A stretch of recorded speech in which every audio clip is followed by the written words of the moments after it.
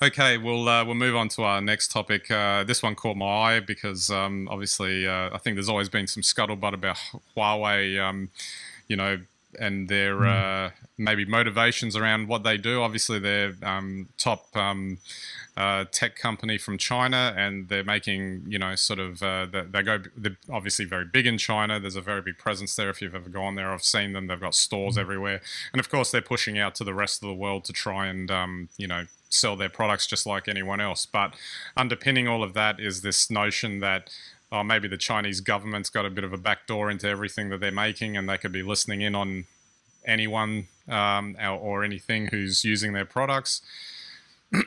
And that's led to maybe this dramatic arrest that happened in Canada of that top Huawei executive, and it's caused a political firestorm, with obviously the Chinese being very upset that this happened, particularly in light of the fact that Trump's gone over there and threatening tariffs and whatnot, and it's kind of unsettled things. It should be noted though that I can't remember when it happened, but didn't the Australian government ban them from the 5G space some time ago, maybe earlier this year or something? I think it was, for Yeah. national security concerns. It's an interesting story, nonetheless.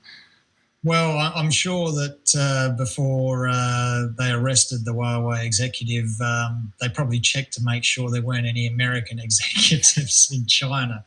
Look, once again, I can't buy into this. I don't really know enough. There's something going on, and I love a good conspiracy theory. And this is just a thin edge of a wedge kind of situation. And it's quite possible that everything they say about Huawei is true, but then it would be true for Google too. And probably most of the other, I guess, big internet companies. I mean, obviously, you'd be hard to think that Facebook wasn't guilty of something. And but maybe the difference is Facebook doesn't have a good relationship with the US government. Well, that's what I was going to say. Isn't the distinction here that, yeah, maybe all of these tech companies are collecting information, but companies like the US-based ones like Facebook, Google, etc., they're collecting the information for their own purposes, whereas the Well, suggestion here is that Huawei's collecting it on behalf of the Chinese government in an almost espionage capacity.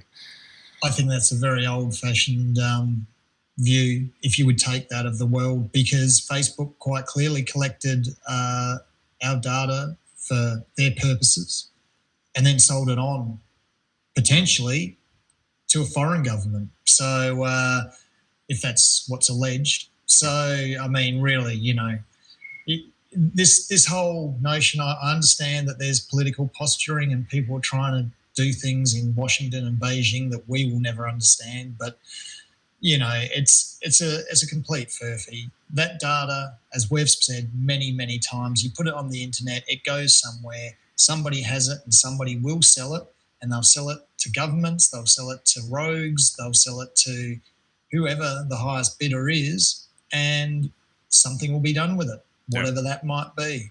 That's right. You know, Everyone cover up your laptop cameras. It's not just the NSA. it's not just the NSA, and Google denies that they have a deal with the NSA, but I have to say that I think any reasonable person would find that hard to believe, but it may well be true. We don't know these things, and so it's all really speculation about what Huawei does with their data.